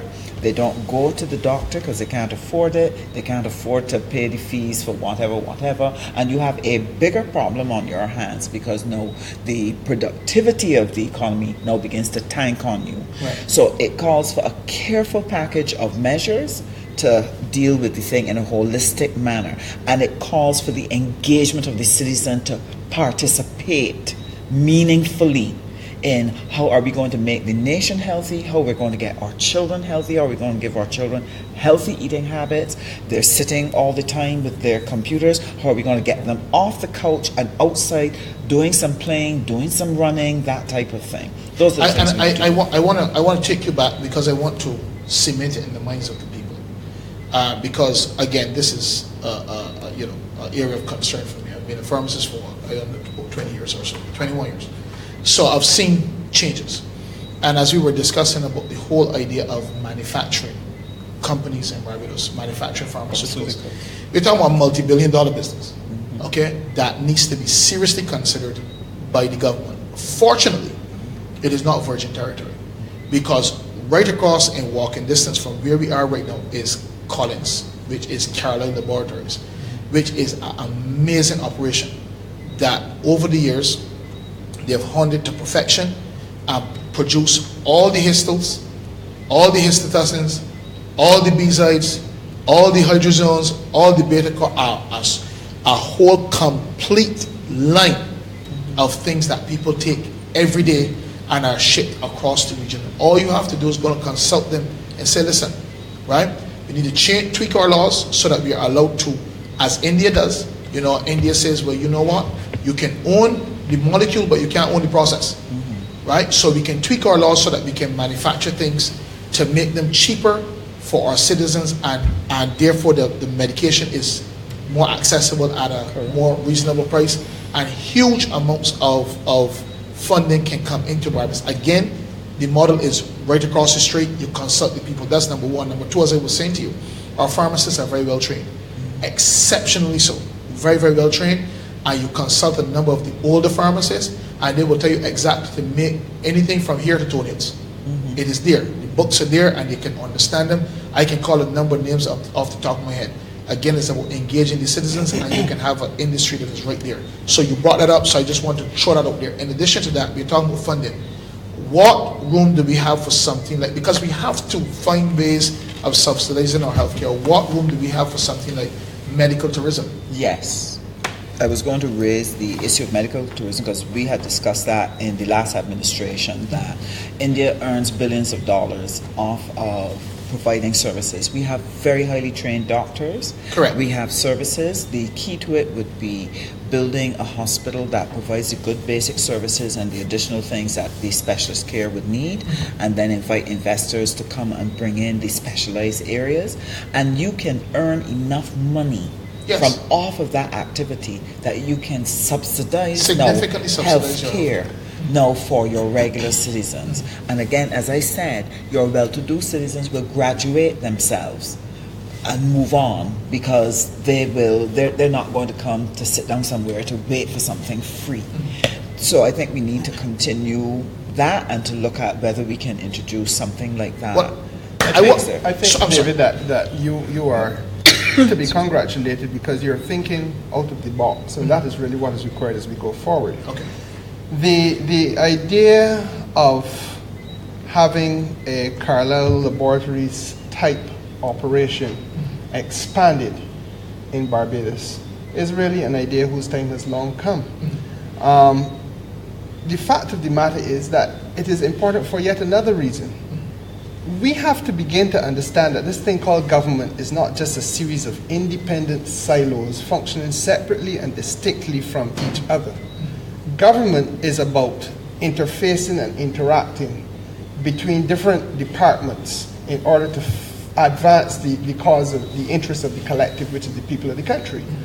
So therefore, international business wants that which you just suggested.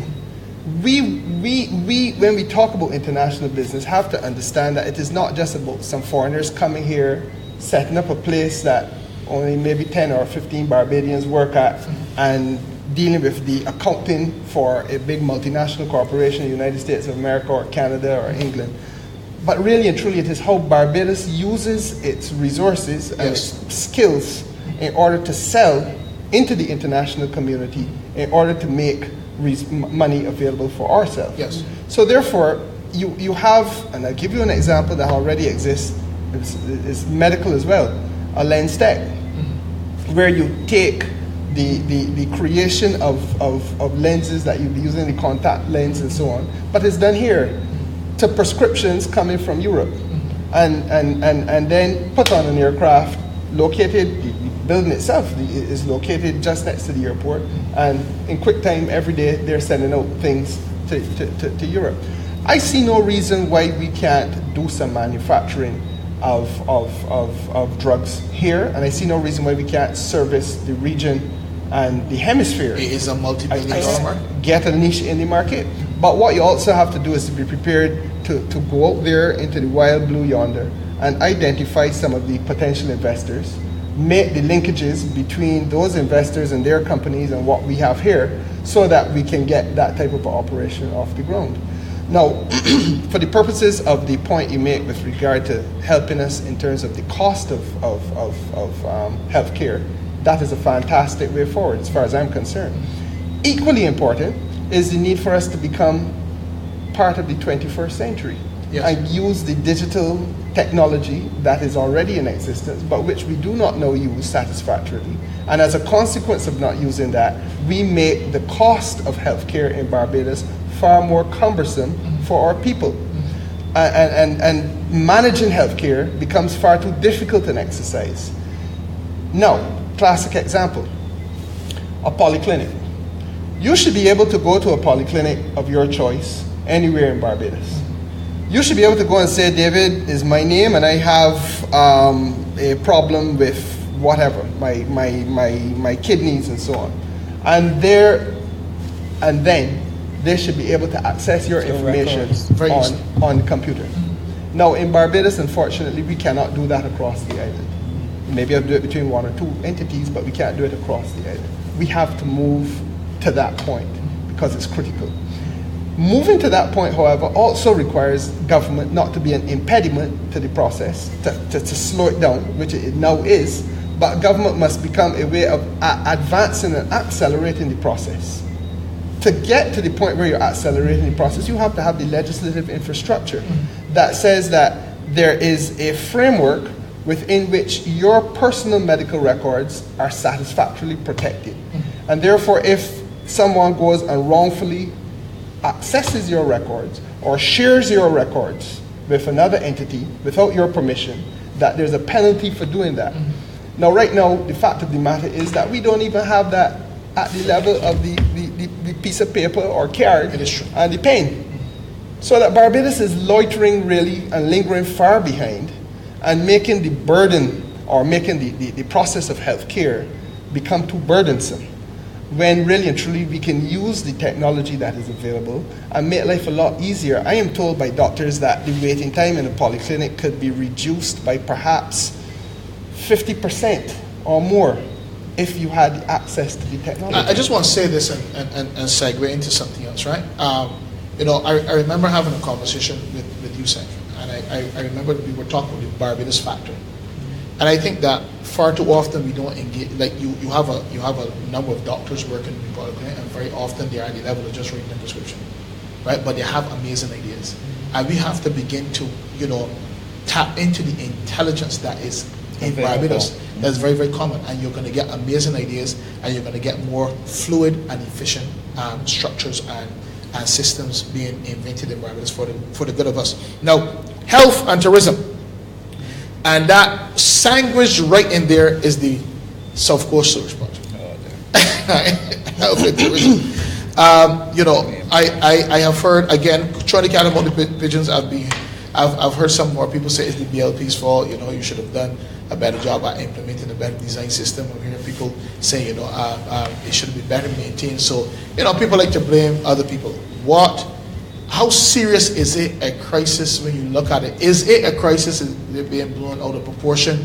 And what do you see as having brought us here? How can we fix this? There are a number of questions that are right in there, but you guys can handle it. As far as I'm concerned, it is a crisis. And an embarrassment. Well, it's obvious embarrassment, but a major crisis. Secondly, let me just debunk the myth, explode the myth, because I personally feel that it is an intense level of nonsense when you say that you blame a former government for the situation with the South Coast Sewage Project today. Now, I will hear an argument that says you can have a primary, secondary, and tertiary level of treatment. Correct. Okay, fine. A decision obviously had to be taken at the correct time, at the time of building the plan, as to what level of treatment you were going to do. And I presume, I was not around at the time, but I presume it was done in the traditional way of taking the best technical advice. And then you married that with the available financial resources. So it's not just waving a magic wand and saying, hocus pocus, this is what we want.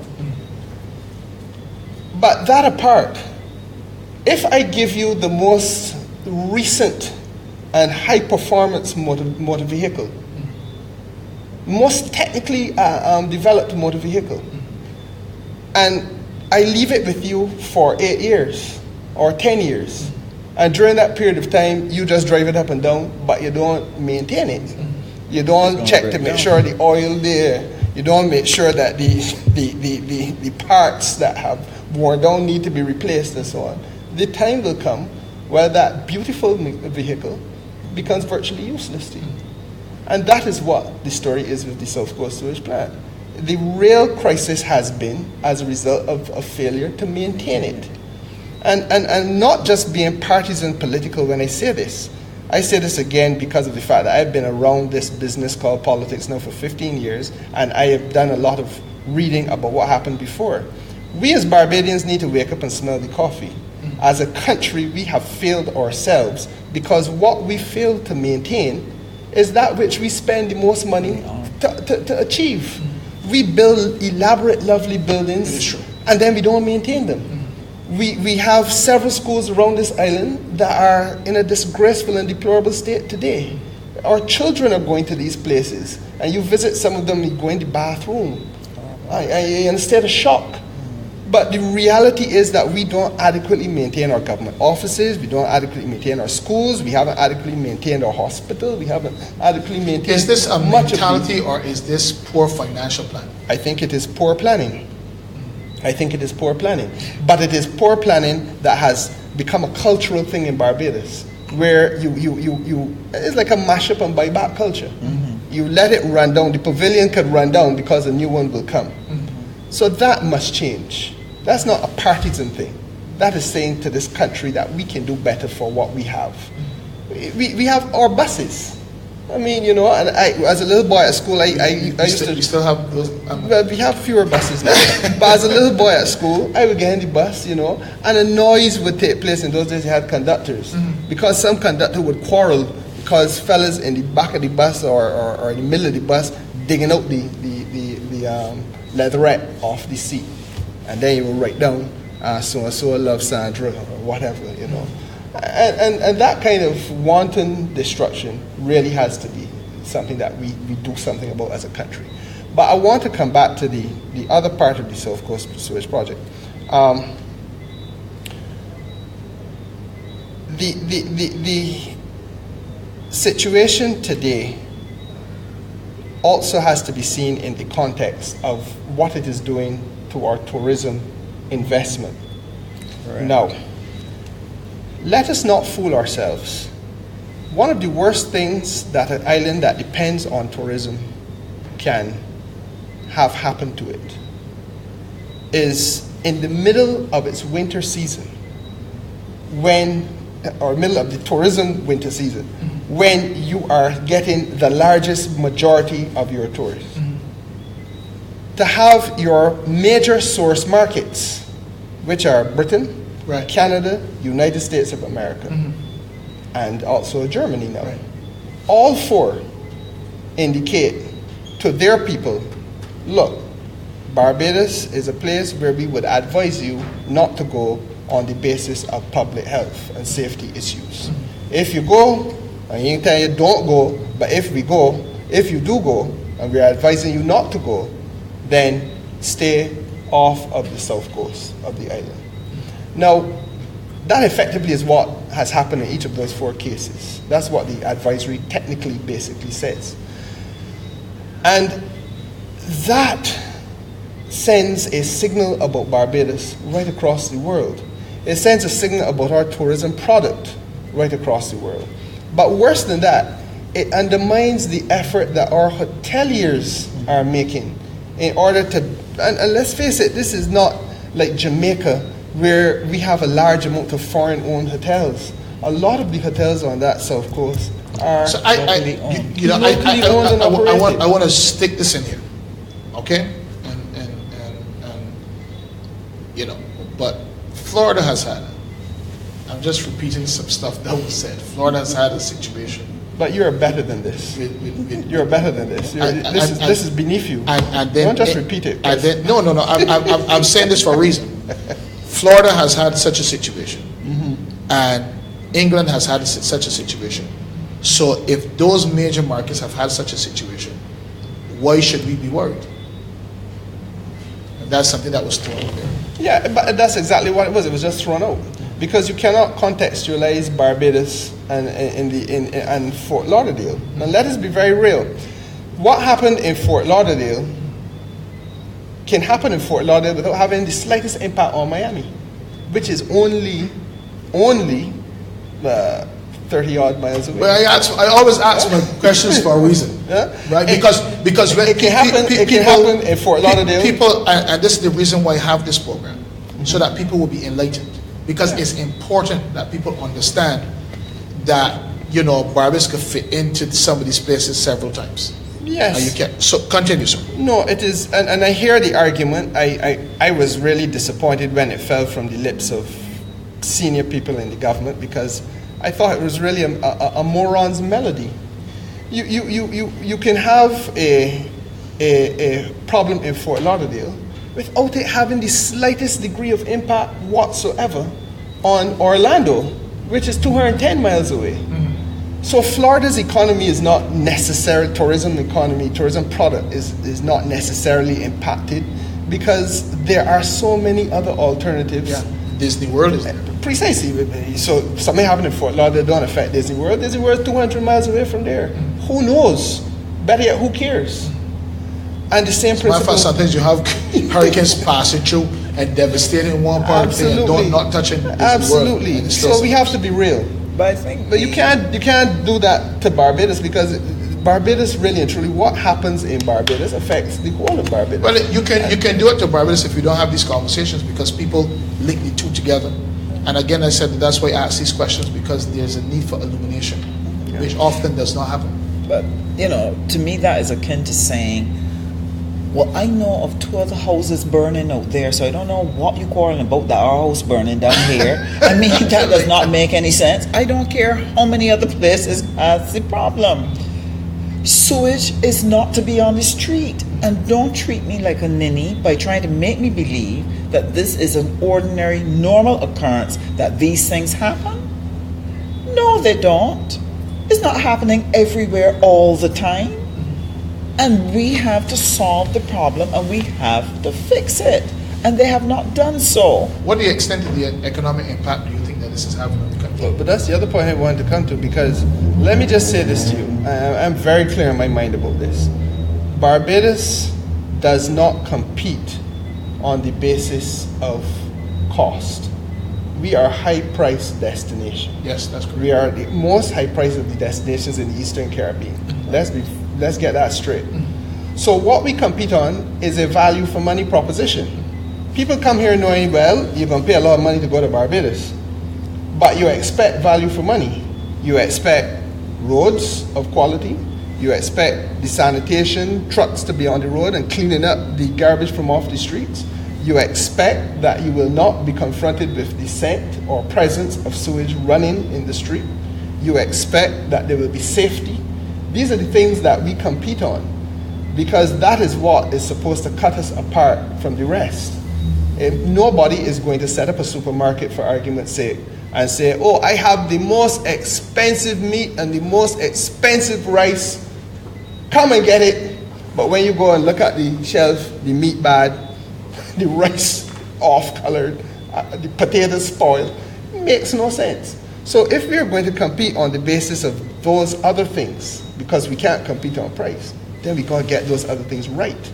For government not to have had the sewage issue on the front burner and treat it as a national crisis issue is a horrible failure to live up to the expectations and responsibility of good governance. But they went further and compounded the problem by diverting the waste into Bridgetown. And then Bridgetown started to smell. So that now the tourists coming off the cruise ship now were exposed to this scent.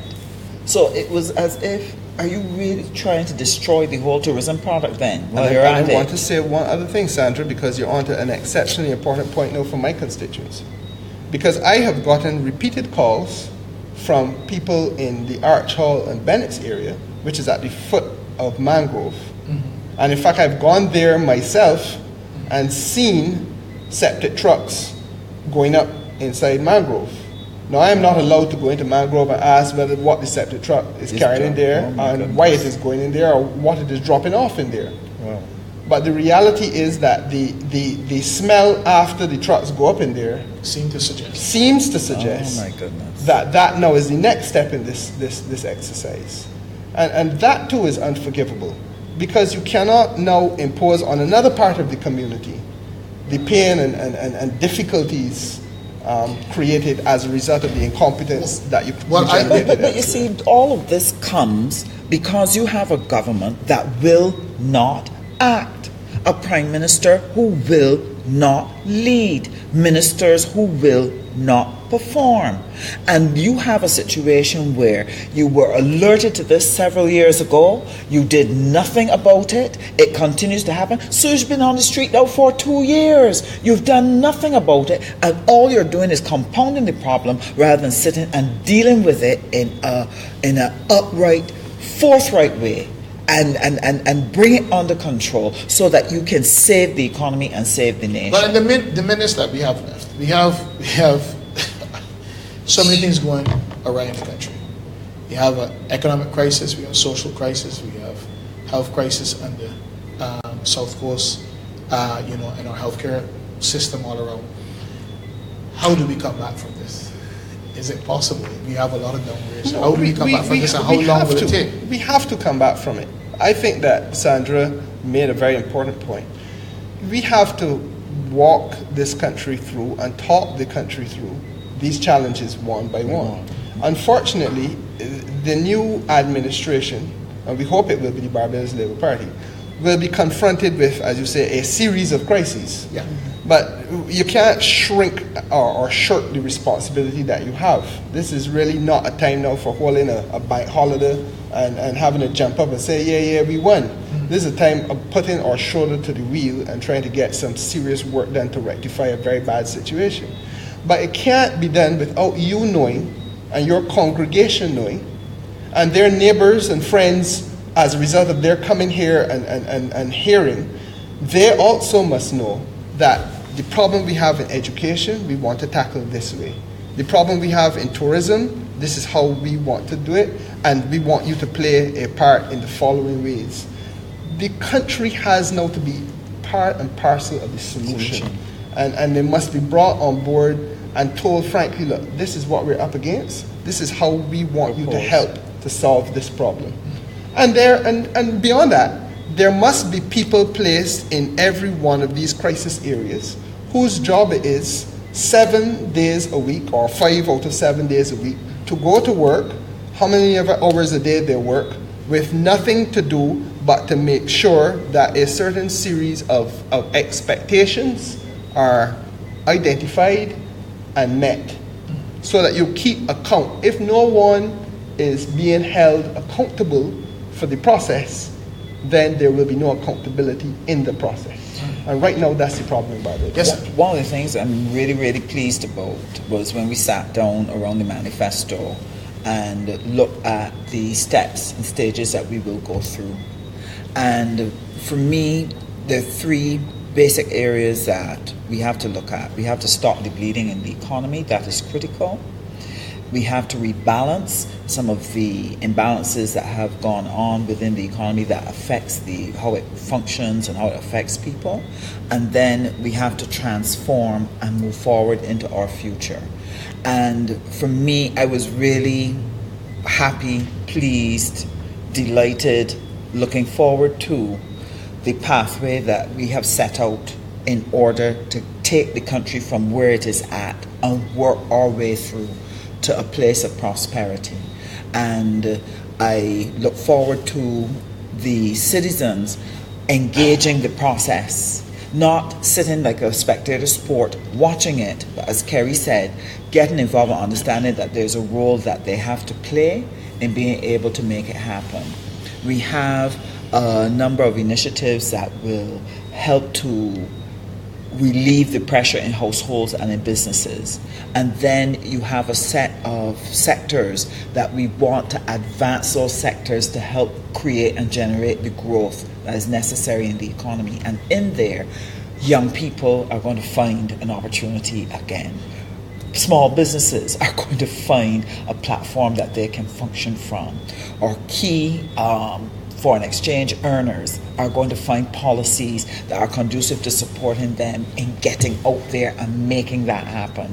So as we start to discuss those things, I think Barbados will be pleased, and they will also feel a sense of relief, and confidence will be restored as they see how we're going to do it. It's not pie in the sky. It is practical stuff. Our time is gone, but I'm going to ask my producer for just 5 minutes to ask you this question. why should we elect the Barbados Labour Party to lead the next government of Barbados? It has the leadership. I want to answer as quickly as possible, because there's another question that's burning in me, but they're not going to give me any more time. But 3 points. They have the leadership, they have people with the experience and competence, and they have people with the newness and the innovation and the ideas. We've got the blend, and we have the track record that people can have confidence in. We did it before, we will do this again. Kerrie? I share Sandra's views. I think that the question you wanted to ask was also, why should we believe that the time has come for our first female Prime Minister? Kerrie, I wanted to ask my question. I know you. I think that the answer for me is that... Is Barbados ready for a female Prime Minister? And let us look at the question very, very, very honestly. We are a people forged in a crucible of 400 years of struggle. Wow. And this, if we have gone through all of that and come to this point, why are we still prepared to say, after looking at how females have helped carry this society through slavery, through we hear all the stories of the mother who fathered our children. Mm-hmm. We have heard and seen all the stories of the mother who has helped keep a village together and fed it. Why can we not also accept that a female is able to lead the land? Wonderful answer. I will end on that point, because we can talk for 2 more hours. Another time. Another time. You have been here on Rosehill Talks Politics with Sandra Husbands and Kerrie Symmonds. I wish you all the best in the upcoming election. Whenever that date is going to be called, it will not go past, I think, the 6th of June.